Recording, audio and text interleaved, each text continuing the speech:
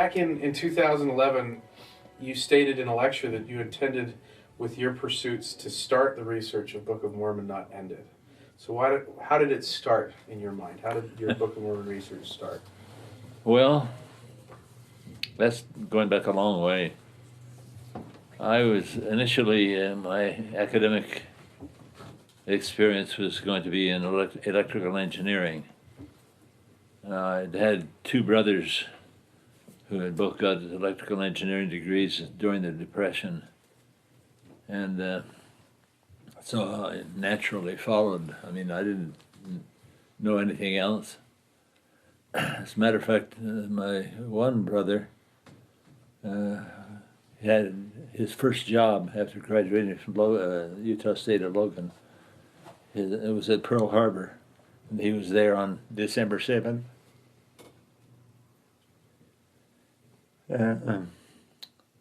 I went to Logan, to Utah State to begin with, and 2 months after I began, Pearl Harbor happened. And it was clear that I was going to end up in the military, so after some months, there was a call circulating in the engineering area for people who would qualify to be trained as meteorologists, and I qualified. I'd had a lot of math and physics, and so joined the Army Reserve, waited for a call up, and that was in early 1943. So I went into the military and ended up, after a total of 15 months of education.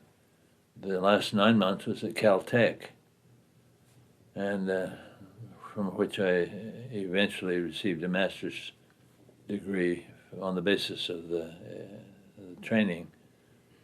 Well, I was pretty much filled up with math and physics by then, and I was not enjoying it particularly. It was all right, I did all right, but it was not something I wanted to do. So I was in the military for a total of 40 months, and getting out in 1946, I decided I wanted to go on a mission, and did. Got married a little before I left, by the way, and went to New Zealand.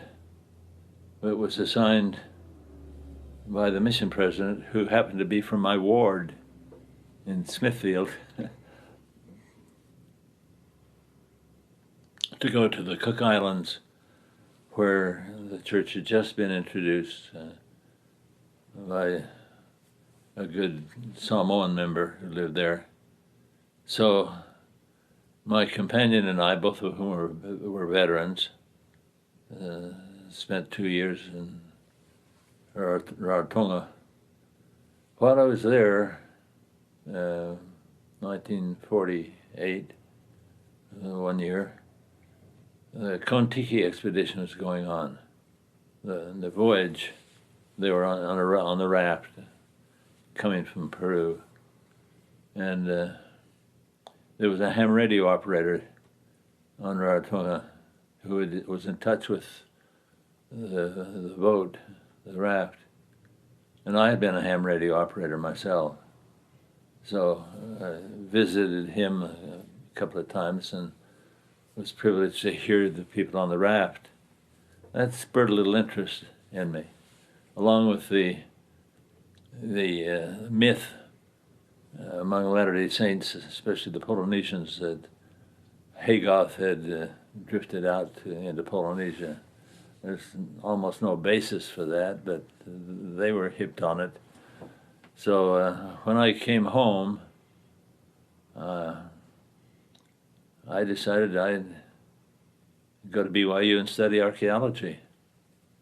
And Hugh Nibley was new there, and Wells Jakeman was new, and Sidney Sperry. Those were my mentors. And so I became an archaeologist, very junior grade. Went in 1953 to Mexico with the first year of the fieldwork of the New World Archaeological Foundation, which was a creature of Thomas Stewart Ferguson. Ferguson had been a student at Berkeley at the same time as Wells Jakeman. Jakeman had stayed on and got a degree in ancient history. He was not an archaeologist, but he represented himself as such, and that's easy to understand. I'd done a little of it. And so he was my primary teacher at BYU, but he and Ferguson had clashed thereafter.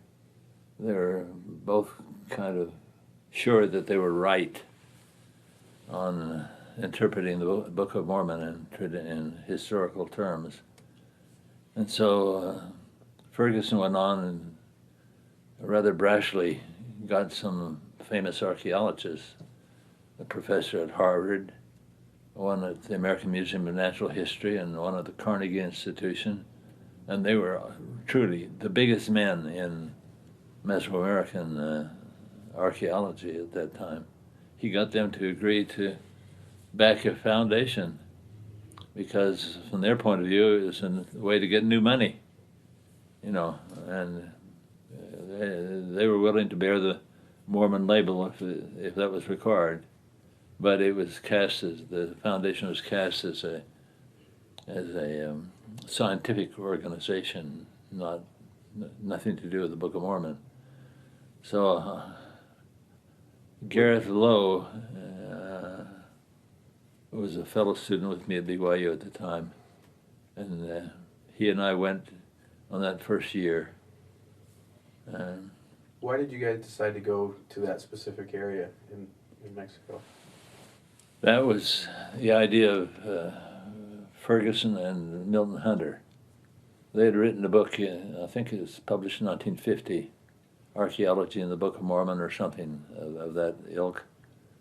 And their interpretation of the historical traditions in central Mexico, southern Mexico, suggested to them that Zarahemla would be in Tabasco. So they sent the expedition there for the first time, just to see what was there. There wasn't much there. It obviously was not going to work. By the end of nearly the end of 5 months, the season, there was no discovery of any significance, and Ferguson was counting on some kind of a discovery to whet interest, to get more money for a second year. By the way, the primary donors were the Marriotts in Washington, and Rosemary Reed, by the way. I have no idea how that came about, but that was an interesting thing. Anyway, Ferguson came to Tabasco, where we were working, about the 1st of May in '53, and said we've got to do something to light a fire to get some more money. Lowe and I had been spending our evenings doing Book of Mormon geography research. We'd heard all that Jakeman had to say about it, and were not satisfied. It was all right generally, but he was a kind of a fuss budget, and everything had to be exactly the way he thought it would be, and there was no room for anything else. So we felt free to speculate a little and analyzed the material in the Book of Mormon, and I concluded that it is much more logical that the Central Depression of Chiapas up toward the Guatemalan border would, on the Grijalva River would be where Zarahemla would logically be. We agreed that the highland Guatemala, southern highlands, would be where Nephi was. I mean, thinking all that we thought. So I peddled the idea to Ferguson that we ought to go look up where I thought Zarahemla was to be in the Central Depression. He agreed. We flew up there, went out and got a jeep and a guide and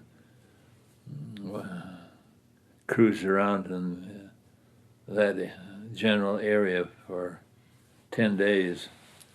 It was just about time for the rains to start, so we didn't have much time left. And we found 100 sites or so that had never been reported before.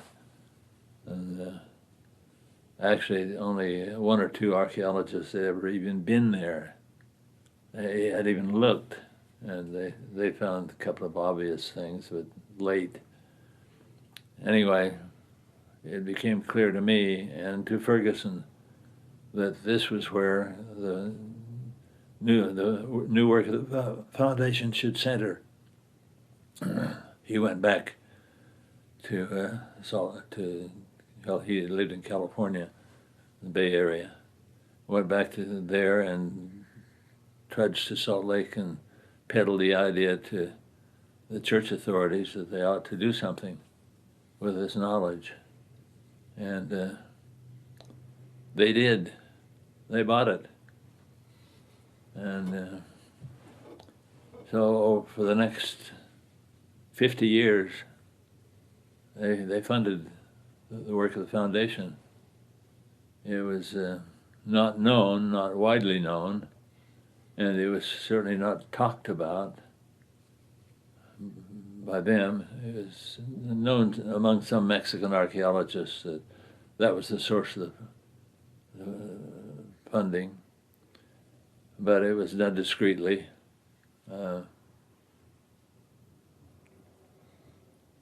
Elder Howard Hunter of the 12 was put in charge of the activity, and he ran the show for, that is, he was sort of the bishop of the activity for 30 years.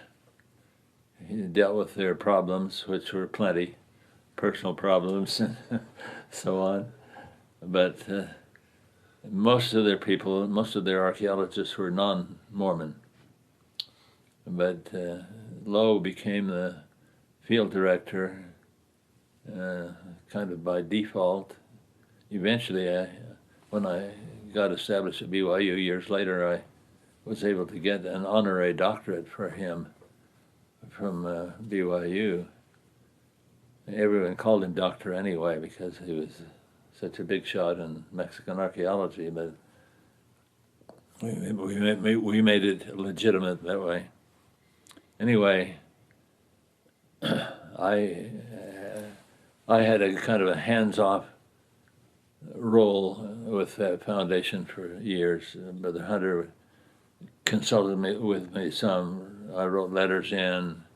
Gareth and I were always communicating back and forth, and I kept up with what was going on. And when I got back from there, I was hired as an instructor of archaeology for 2 years at BYU. And I'd actually had more field archaeology than anyone else by far at BYU. So what time was this? What year do you remember? 50. Okay. 50, from 53 to 55 when I was an instructor there. It seemed that by about 1955 you had kind of done enough research where you had your your geographic model? As a matter of fact, it turned out that I had the model in general, but details have been whetted since then. By 1955, I had applied for a National Science Foundation predoctoral fellowship. That was the first year that had been offered in anthropology. And I got one of the 3 grants that year, which I wouldn't have done if I'd not been a Caltech graduate. I'm sure, because I had never had a class in anthropology, but I'd had field archaeology. And archaeology in America was attached to anthropology. It was a branch of anthropology. So I was granted this nice fellowship. Thank goodness, because I had 5 children by then. 5 of my 8 sons had been born by then, and there was a nice dependence, money that was attached to the fellowship. I got to UCLA, got established with George Brennard, who was a famous Mexican archaeologist and on the faculty. And 2 months after I got there, he died of a heart attack.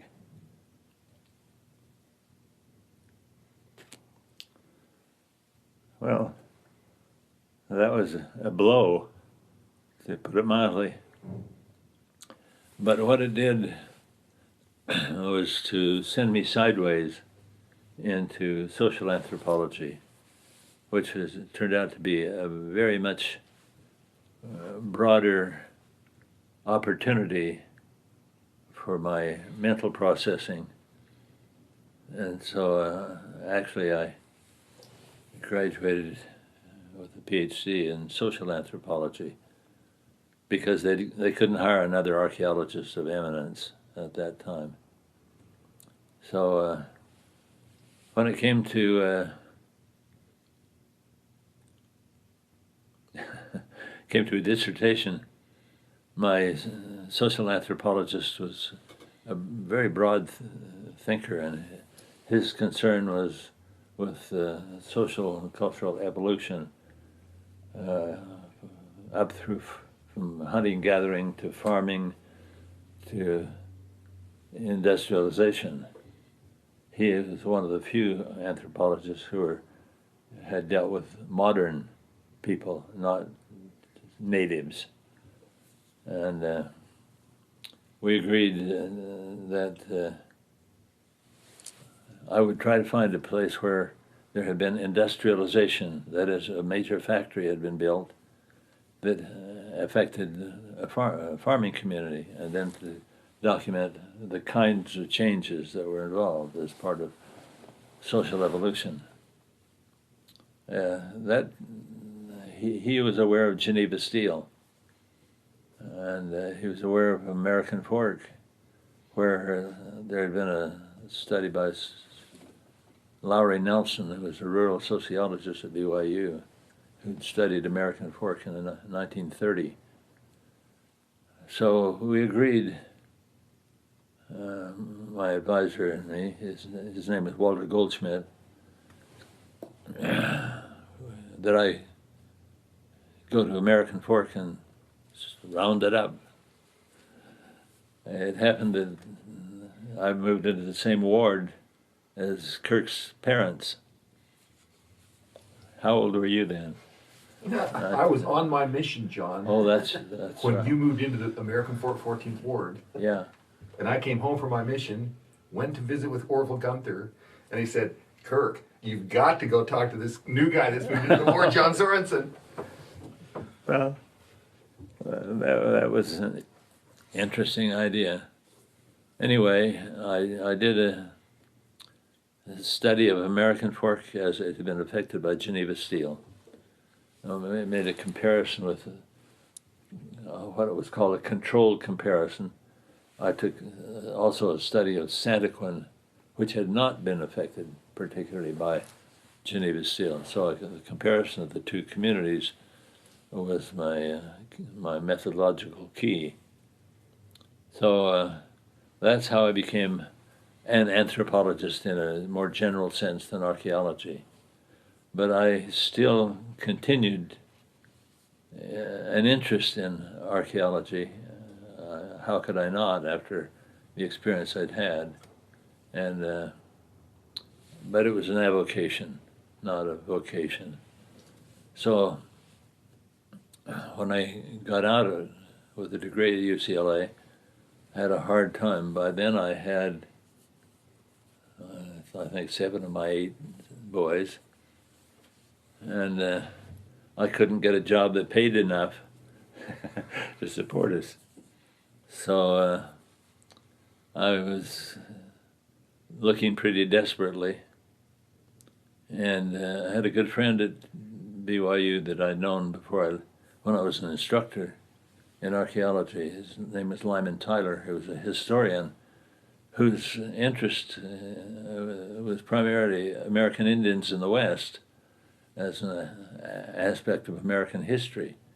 This put him in touch with anthropology, and we made natural links. He was a good friend, and he had become the director of the library and was building the new library, which is the present library, Harold B. Lee. He gave me a job as the social science librarian. I had had some library experience as a graduate student, and I knew all the library staff. So I came aboard for 1 year as a social science librarian, but I immediately began to look for ways to get anthropology into the curriculum, and me as a teacher, of course. The sociology department, nearly all the faculty had had experience with anthropology in their backgrounds, in their preparation. It was fairly normal at that time for sociology and anthropology to be a joint department. So I began to teach a couple of classes part-time while I was a librarian. And the following year, they agreed to take me on full-time as an anthropologist and change the name of the department to Sociology and Anthropology. Now, this is entirely separate from my old archaeology haunts, and that was still an ongoing thing with quotes, Book of Mormon archaeology as the center of their attention. So there was a certain degree of rivalry, which I didn't encourage, but my orientation to anthropology was far broader than anything that I thought of when I was an instructor there. Anyway, I built the anthropology department as an adjunct to sociology. Meanwhile, much of my activity, my intellectual activity, based on my study of American folk, was on the modern world. And that involved me in projects that belong to the area of applied anthropology, which is having to do with whatever anthropological thought has to do to contribute to understanding the modern world and its problems. I got into a series of military activities, semi-military activities, with what's his name, Mark Cannon, who was eventually became the administrative assistant to the Chief Justice of the U.S. And some other BYU professors. We did a study on Vietnam for the Navy. It turned out that I ended up in charge of that because of the breadth of my concern. I had a much broader view than any of the single disciplines that were involved. Anyway, after a while, I got a call from an outfit in California, Defense Research Corporation, a private, for-profit organization, asking me if I wanted to come and work for them because I had published a major monograph on our Vietnam research. Incidentally, our research was only on the open sources, mainly reports from the New York Times, whose reporters in Vietnam were outstanding. And so we didn't involve classified material at all. What we did was to investigate the whole Vietnamese society as far as we could. So you want to take a break and get some water?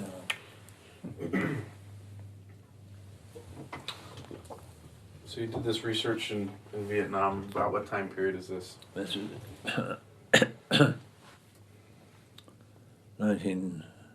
the early 1960s, and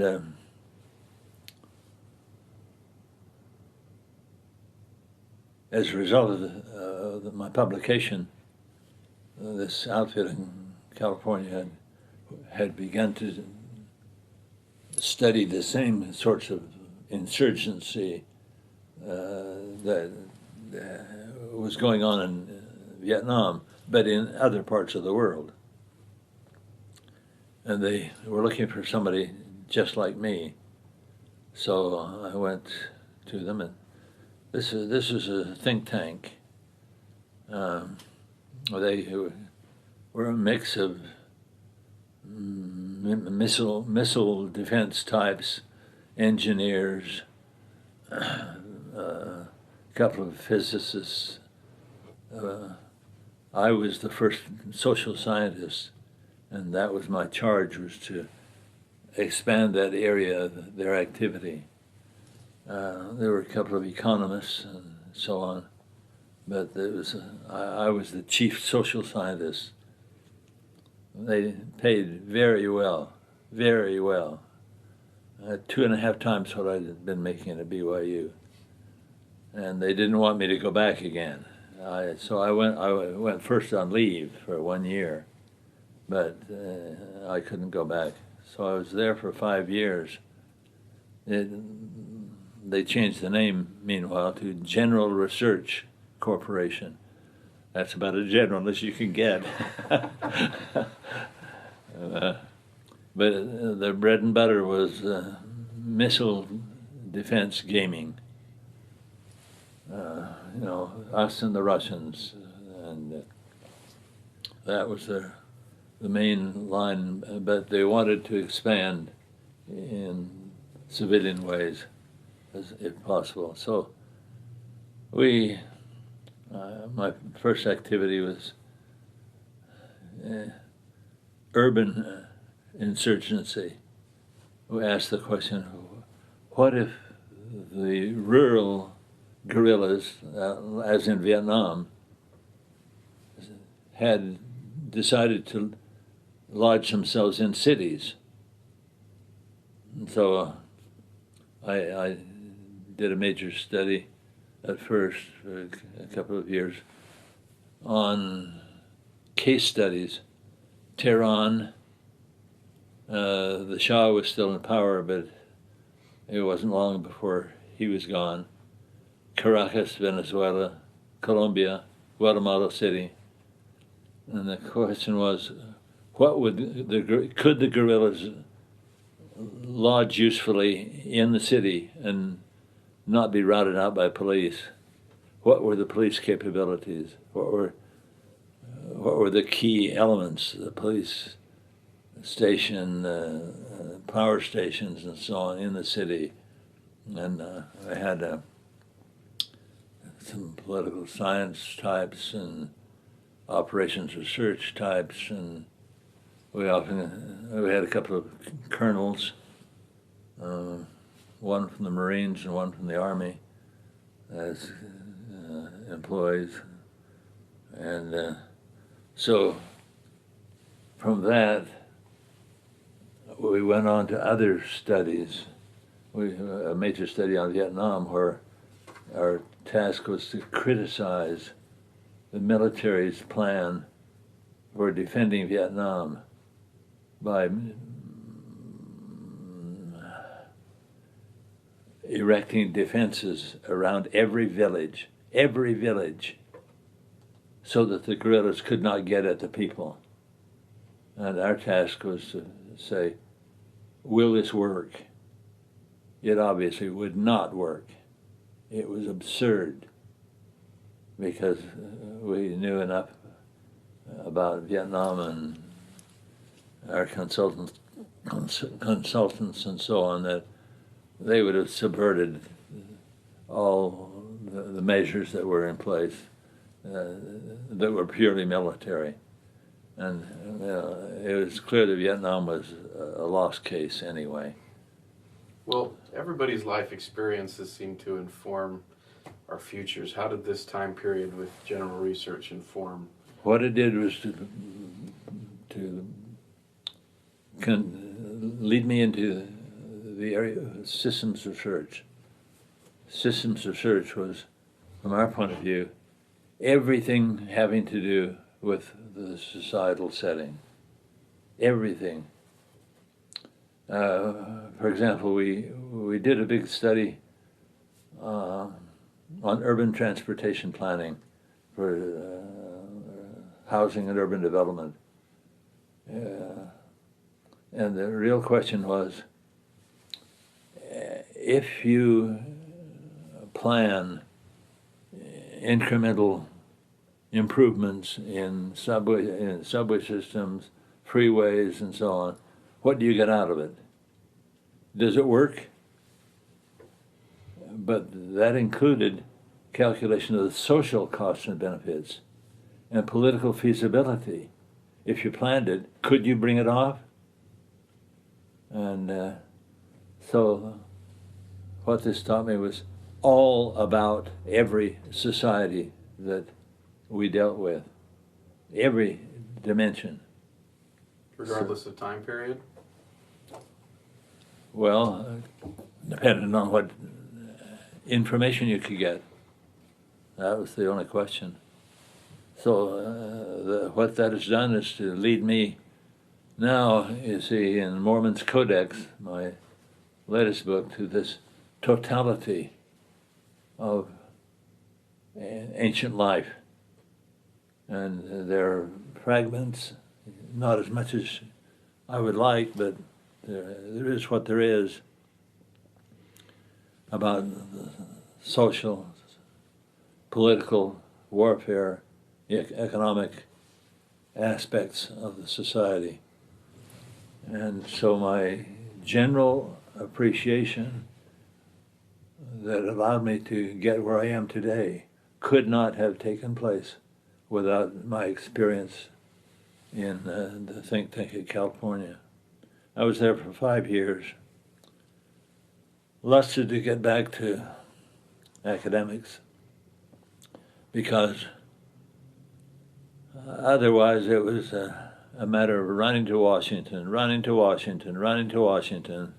the source of money, of course, and feeding them a line and doing this and that and so on.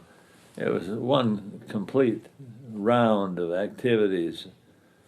I think I probably made the trip to Washington or Boston or Philadelphia probably 25 times in 2 years or so. And this was academic. That was a far cry from what I'd been used to, and I would have been happy to go back, but go back to what? When I left there, BYU had decided to combine archaeology with the anthropology wing of sociology and anthropology. So in 1969, when I was ready to go back, General Research said, why don't you just do a subsidiary for social science research? Okay, sounded like in Provo. So we decided to do that, and for 2 years I had Bonneville Research operating in downtown Provo. We had one major contract with the Defense Language Institute of Monterey, where we revamped their Korean and Japanese curricula. We had about 15 people, Korean and Japanese language experts, and made a big change in their plans. But then the money dried up. And so after 2 years of Bonneville, a good friend of mine, Dean Martin Hickman, arranged to take me back into BYU, but not in a department. I was attached to his office in various political arrangements, financial arrangements. So here it was me in his office, and there was the Anthropology and Archaeology Department, at that time in the basement of the Major building, in utter obscurity. They'd had a chance to be included in the planning for the new Kimball Tower, which was being built, but they decided they didn't want to. So eventually Dean Hickman told me, I've got to have you modernize that outfit. And so he appointed me chair of it. But this was me coming in from the outside, so to speak. I was chair for 8 years. From what time to when? This is 78 to 85 or 86, forgotten. Anyway, during that time, I did move us into the Kimball Tower, did modernize the department, expanded it, actually hired a non-Mormon anthropologist, Tom Blakely, an Africanist, and in a number of ways expanded politically, made contacts with all kinds of other departments, and sold them with our curriculum, sending more students to anthropology and so on. What were some of your goals with the department once you took over?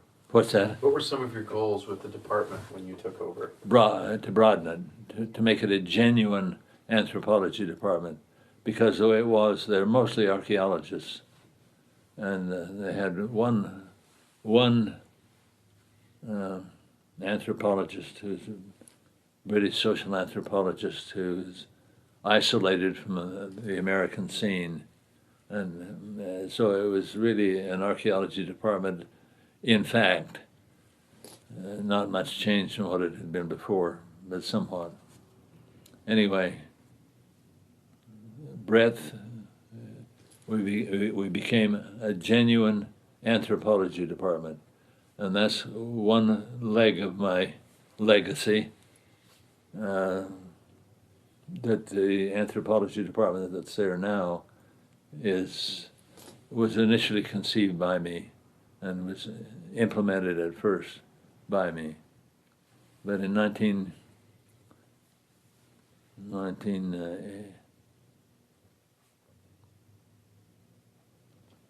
when was it? 1985, I had a heart attack. This is a combination of my long to-do list as chair, along with being a bishop of a married students' ward, and having 9 children too. So it wasn't supposed to happen. I looked then exactly as I do now, exactly. Doctor didn't know why I had it except stress.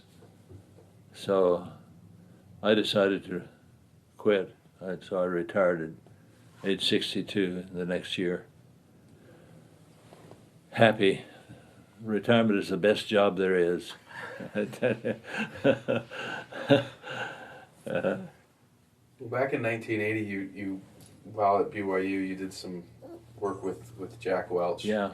And starting farms and all Yeah. that. Why don't you talk a little bit about that? And I should, now I can go back a little because I had never lost my interest in Mesoamerican archaeology and the Book of Mormon. And in the 1970s, I was still doing some on-the-side research, keeping up with the literature. And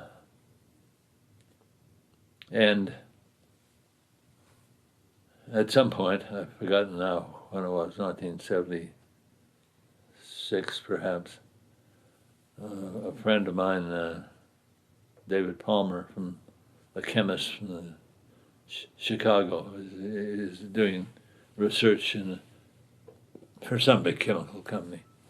And he was a Book of Mormon buff. And he came to me and he wanted to know what the latest that I'd been working on. He was aware of my interests. And when I told him some of my thinking at that time, he got on a kick and he went to Salt Lake and peddled me and my work to the Ensign. The Ensign was, 5 years old then, since it had been changed from the improvement era to the Ensign. J. Todd was the editor.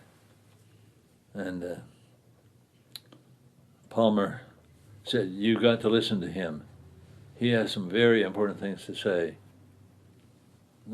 Todd was interested and asked me to come and talk to a group of people that he assembled at the church office building. They were from different departments, curriculum and so on, but mainly from his publication shop.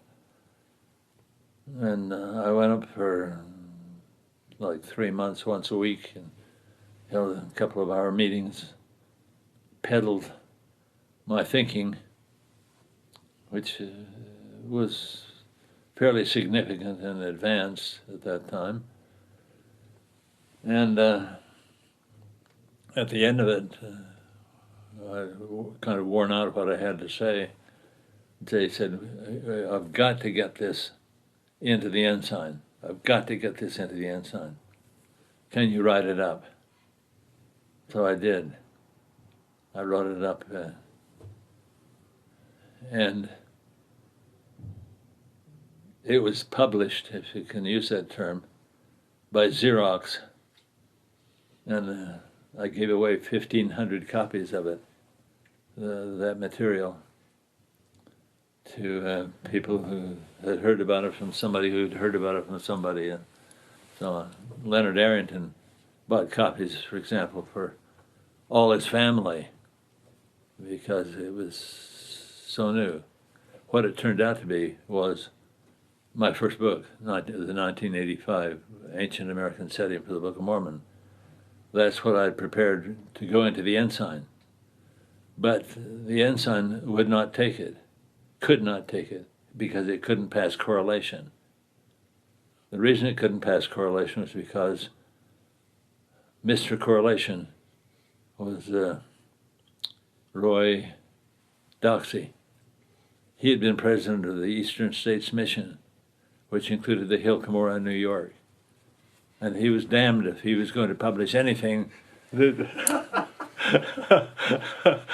that did not include the Hill Cumorah in New York. And, well, they didn't publish it. allied with him in the same mental set was Elder Mark Peterson. And he was not going to have, his view was, this might even be right, but the people are not ready for it. An interesting point of view, which has some validity, but it depends on the case, doesn't it? What they're ready for. So Todd took it to correlation, rejected, revised, took it to correlation, rejected, revised, about 3 times with his staff involved, and over a period of 7 years. So we came into the 1980s, 1984 probably, 83, and word came to me, at least, through the grapevine, that Sterling McMurrin and his cohorts, they call themselves the Cold Coffee Mormons, at the U of U, were going to publish a book by B.H. Roberts that had never been published on the Book of Mormon. This was what Roberts had written about the early 1930s, and he had had doubts, or it appeared that he had had doubts about the Book of Mormon as a result of what he had assessed as the current state of knowledge of ancient America.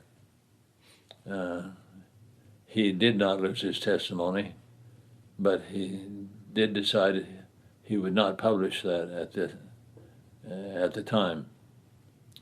It was resurrected and was going to be published in the 1980s by the U of U Press, and there was some reason for alarm because it was going to be presented as the testimony defying publication by B.H. Roberts. When I learned about it, I alerted Todd at the Ensign, and that was the first they'd heard of it, that it was going to be published. The alert went to various places, ended up with Elder Maxwell, and as a result, a committee was constituted of a number of people in church headquarters from different departments, Elder Peterson and Elder Maxwell and Elder George P. Lee, and from BYU, Jack Welch, Truman Madsen, and me. And this committee met to assess what could be done to counter the negative effects that might come from publishing the Roberts book. They decided on several things. Doctrinally, there was going to be a talk on this, on Christ, and so on. But the real issue was Roberts had assumed that the entire hemisphere, Western Hemisphere, was the scene of the Book of Mormon. And that is totally out to lunch. There's no possibility of that. There was no possibility in terms of the Book of Mormon in the first place because of the dimensions of the territory that was involved among the Nephites.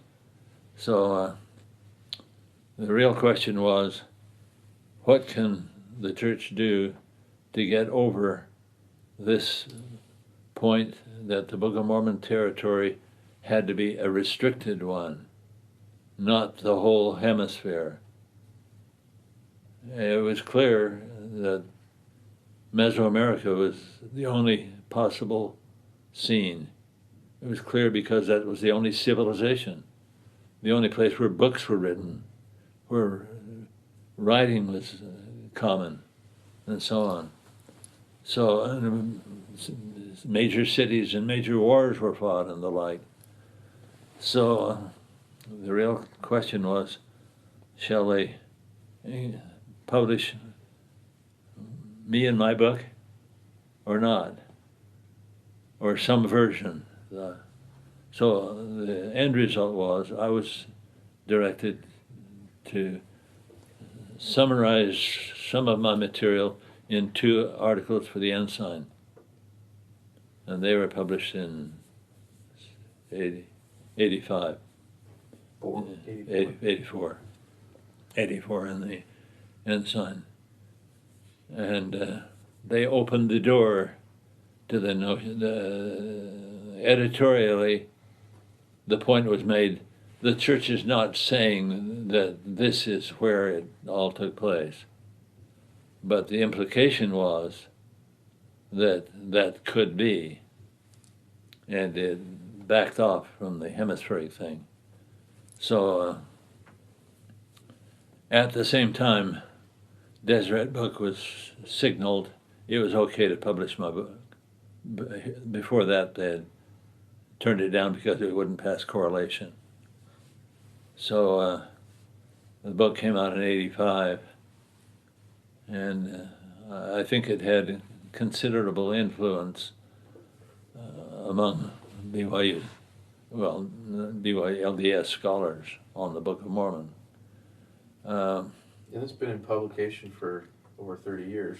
Yeah. What do you attribute its longevity?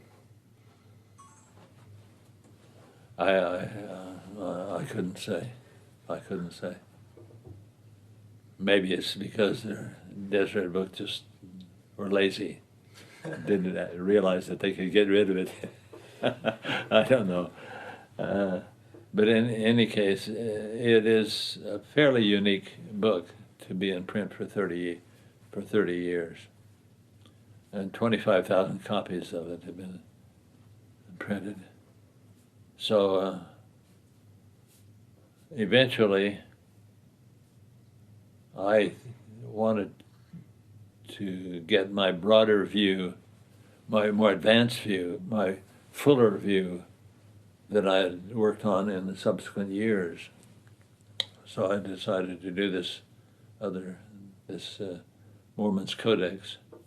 That's not what I called it at first, but it was, I had the concept of a comprehensive volume that would bring together everything worthwhile about Mesoamerica that resonated with the Book of Mormon, and bulldoze, as it were, any opposition, non-Mormon or Mormon, either way, didn't matter. To bulldoze by the sheer bulk of the information that I presented. You know, a bibliography of 85 pages, 1,500 references, or something like this. And most of them to the technical literature. Now I should go back to one other aspect of my work. When I came back from my mission and the recollection of the Kon-Tiki activity, I had to do a master's thesis at BYU in archaeology. My chosen topic was evidences of communication between Polynesia and the Americas. I did the master's thesis, and I must say it was very good. Nobody has ever paid any attention to it, but it really was. It was much more than Thor Heyerdahl had thought he would find, and there was no question that there was communication of some kind between Polynesia and the Americas, which was slightly satisfying to the old Polynesian missionary, but it was a lot more than Hagoth. more complicated. Anyway, that interest in communication across the ocean by sailors was a secondary interest of mine all the way through. And eventually I became acquainted with other people in the anthropological and geographical fields who felt the same way. It was a very small minority. We were called diffusionists. And I became one of their major spokesmen. In 19, I don't know, when was it? Up a shelf. Forgotten what year this was published, 1996 for a second edition, the Completo. A comprehensive bibliography of voyaging across the ocean was compiled by Martin Reisch and me. Reisch was a librarian. He's since then been the librarian at Ricks College, head librarian. And 2 volumes, 1,200 pages, over 5,000 abstracted volumes or articles. It became the document for diffusionists. Nobody has even come close to it. I thought sometimes that I would update it, but then I decided, why should I? Because nobody's paid any attention to it anyway, except the small minority of us who care. Anyway, I came to be one of maybe 5 of the key figures in the whole diffusionist movement. And one of them, Carl Johannesson, a non-Mormon, a geographer at the University of Oregon, and I became close associates.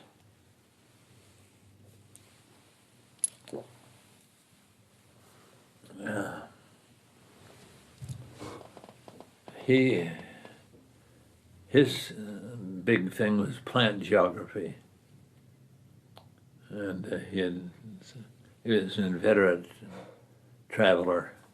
He has been to India probably 15 times, and one of his important finds in India was in the sacred temple art, pictures of corn. Corn's a strictly American plant. What are they doing there? Well, he documented it, that corn was there for a couple of thousand years. How did it get there? The answer, obviously, is it was somebody carried it in a boat. It didn't drift in the ocean. So there were a number of crop plants that he was aware of and I was aware of from my work in the bibliography that suggested this was a line of evidence that would establish that there was communication by sea across the oceans. And so he and I began to work together, and in 1901 or 1902, 2001 or 2002, we were invited by a professor, an Asian studies professor at the University of Pennsylvania, to give a paper at a conference that he had organized at Penn on ancient communication. And ours was on some 35 plants that were demonstrably present in the Old World and in the New before Columbus. So what did it signify? Well, we went on from there. The number is now over 100 plants. And it's impossible that they could have been brought by Bering Strait, or that they could have drifted by sea or in the wind or whatever, you know. Carl is still trying to bring the attention of the geographical profession to our work. He keeps doing revisions, and he's the same age I am, over 90. But he's not going to give up. I've given up. But we did publish a book, and he's published a revision of it since then. You won't have it here, I'm sure. Oh yes, yes. Yeah, that's his latest version. But actually, I did the majority, 85% of the work on it, which he would acknowledge, but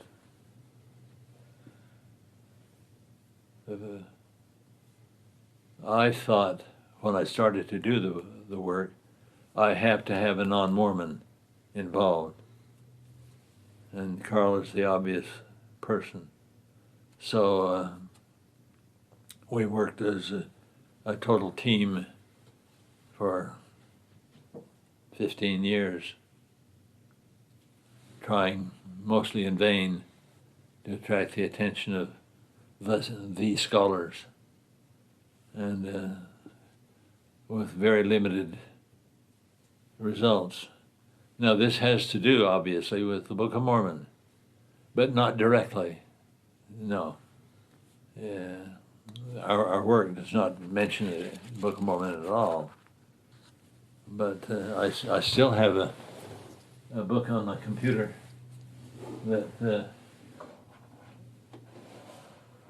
will never be published, I expect, called How America Was Civilized. And it takes the plant material and says, now, our first evidence of communication between the hemispheres from this plant evidence was at such and such a time. And then there was a period when there may not have been any, and then there was another splurge of manifestations of evidence, and so on. And I had about 25 periodic voyaging instances, interludes, and maintain that communication in cultural terms from the Old World can be matched up with those voyages. And why won't it ever be published? Well, I don't care. It won't do any good. Maybe it'll be published online, I don't know. But that's my view now, that the deadheads in anthropology and geography are not going to have their minds changed for them. They simply don't want to grant that there was voyaging. And the major reason among anthropologists is they see the New World, civilization arising in the New World, as independent from the Old World. So it gives us a control. But if there's only one case, then there's no control, and so all we know is history, but we don't know theory. We don't know the theory of cultural development. And they want that, because that's one of the major reasons why American archaeologists, anthropologists, are in business because it's their contribution to the great theory of cultural development. Well, anyway, I'm beyond caring. Now, this shows a number of things coming out of my background, coming up to the point of Mormons Codex, which is the culmination of everything I had to say. And I've said it. I still read it because I'll forget it if I don't.